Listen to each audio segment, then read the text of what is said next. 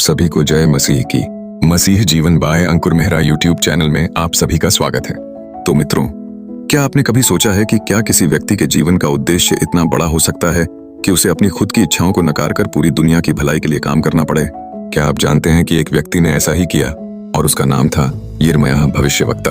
यह कहानी एक रहस्यमयी भविष्यवक्ता की है जिसे परमेश्वर ने एक विशेष मिशन के लिए भेजा था और जिसने न केवल अपने समय की समस्याओं का समाधान बताया बल्कि भविष्य के संकटों के बारे में भी चेतावनी दी। तो आज की इस कहानी में हम आपको एक ऐसे भविष्यवक्ता की जीवन यात्रा सुनाने जा रहे हैं जिसकी यात्रा रहस्यों, संघर्षों और अद्भुत घटनाओं से भरी हुई थी। एक ऐसी कहानी जो न केवल आपको सोचने पर मजबूर करेगी बल्कि आपके जीवन में भी बदलाव लाने की प्रेरणा देगी। यिर्मयाह का जीवन एक विशाल मिशन था जो उसे खुद के लिए नहीं बल्कि पूरी मानवता के लिए जीने की प्रेरणा देता है। यिर्मयाह की कहानी का आरंभ बहुत ही विशेष है। वह एक छोटे से गांव में पैदा हुआ था जिसे अनाथ और अभागा समझा जाता था। उसकी माँ एक साधारण महिला थी और पिता एक याजक था। लेकिन यिर्मयाह का जीवन साधारण नहीं था। जब वह केवल एक युवा था तब परमेश्वर ने उसे अपनी योजना का भाग बनने के लिए चुना। एक दिन जब यिर्मयाह अपने घर के पास एक मैदान में चल रहा था, उसे परमेश्वर का बुलावा सुनाई दिया। एक आवाज ने उसे कहा, यिर्मयाह, तू मेरे लिए चुना गया है और तू मुझे इस संसार के समस्त लोगों को मेरे शब्दों से सजा और आशीर्वाद देने के लिए जाएगा। यिर्मयाह ने यह शब्द सुना और समझा कि उसका जीवन अब केवल उसका नहीं रह गया था। उसे एक विशेष कार्य करने के लिए भेजा गया था और उसकी पूरी दुनिया बदलने वाली थी।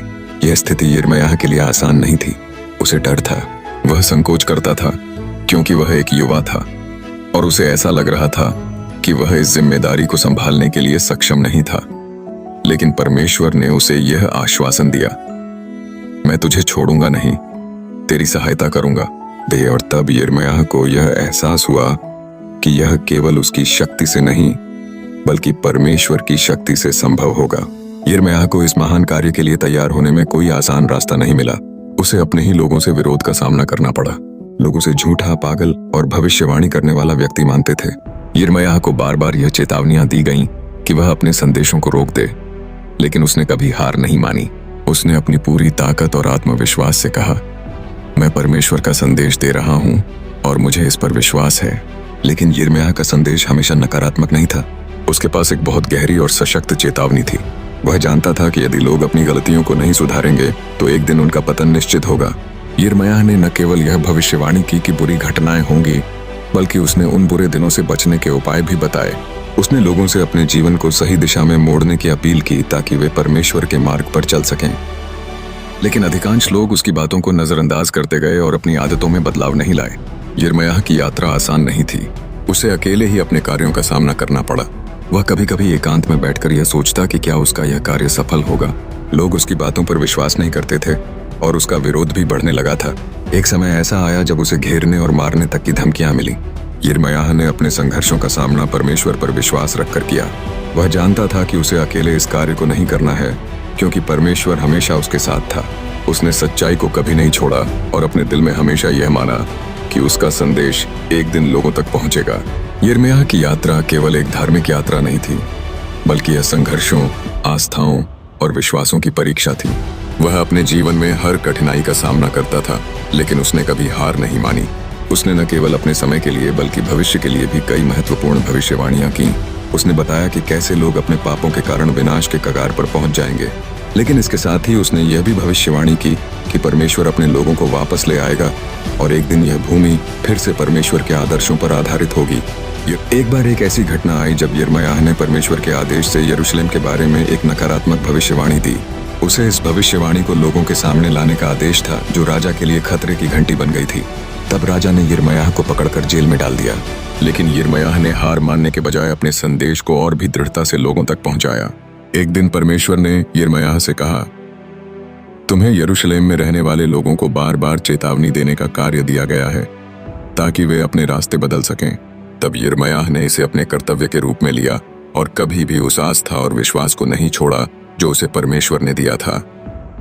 यिर्मयाह का एक और दिलचस्प साथी था जिसका नाम था बरूक। वह यिर्मयाह का सचिव था और उसका विश्वास पात्र था।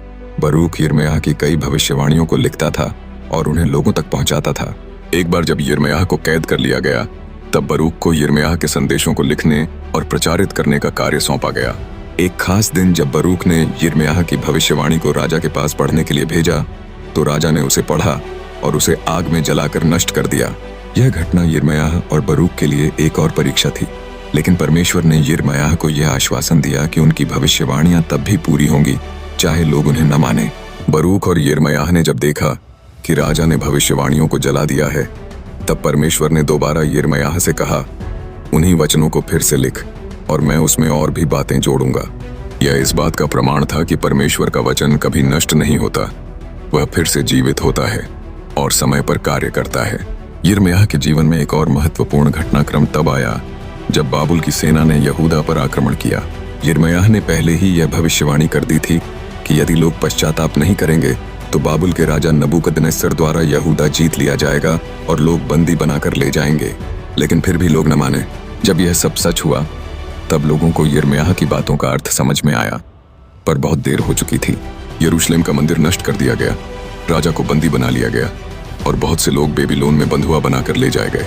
यह एक अत्यंत दुखद समय था, लेकिन यिर्मयाह ने इस समय में भी आशा का संदेश दिया। उसने लोगों को बताया कि यह समय स्थायी नहीं है। परमेश्वर अपने लोगों को फिर से बुलाएगा, उन्हें आशा देगा और पुनः एक नई शुरुआत करेगा। यिर्मयाह 31:3 में वह लिखता है, मैंने तुझसे सदा प्रेम किया है, इस कारण मैं तुझ पर अपनी करुणा बनाए रखूंगा। इसके बाद यिर्मयाह ने एक और गहन और रहस्यपूर्ण भविष्यवाणी की, नई वाचा, न्यू कवनेंट के बारे में। उसने कहा कि अब परमेश्वर पत्थर की पट्टियों पर नहीं बल्कि लोगों के हृदयों में अपना वचन लिखेगा। यिर्मयाह 31:33, मैं अपनी व्यवस्था उनके मन में रखूंगा और उनके हृदय पर उसे लिख दूंगा और मैं उनका परमेश्वर बनूंगा और वे मेरी प्रजा होंगे। यह भविष्यवाणी आगे चलकर यीशु मसीह में पूरी हुई, जब लोगों के हृदयों में आत्मिक परिवर्तन की बात की गई। यिर्मयाह की सेवा समाप्त नहीं हुई थी। हालांकि उसका शरीर थक चुका था और जीवन कठिनाइयों से भर गया था। वह मिस्र ले जाया गया, जहां उसने अंतिम दिन बिताए। उसका अंत कैसे हुआ, इसके बारे में बाइबल में ज्यादा विवरण नहीं है, लेकिन माना जाता है कि उसने वहां भी परमेश्वर का वचन सुनाना नहीं छोड़ा। यिर्मयाह का जीवन एक सच्चे सेवक का उदाहरण है, जो अपने समय में अकेला तो था, पर सत्य पर डटा रहा। उसका संदेश आज भी जीवित है, एक बुलावा, एक चेतावनी और एक आशा कि चाहे परिस्थितियां कैसी भी हों, यदि हम परमेश्वर के मार्ग पर लौट आएं, तो वह हमें क्षमा करेगा और पुनः आशीष देगा। वीडियो पसंद आया हो तो लाइक करें, शेयर करें और हमारे चैनल मसीह जीवन बाय अंकुर मेहरा को सब्सक्राइब करें। आपका साथ हमें और प्रेरित करता है।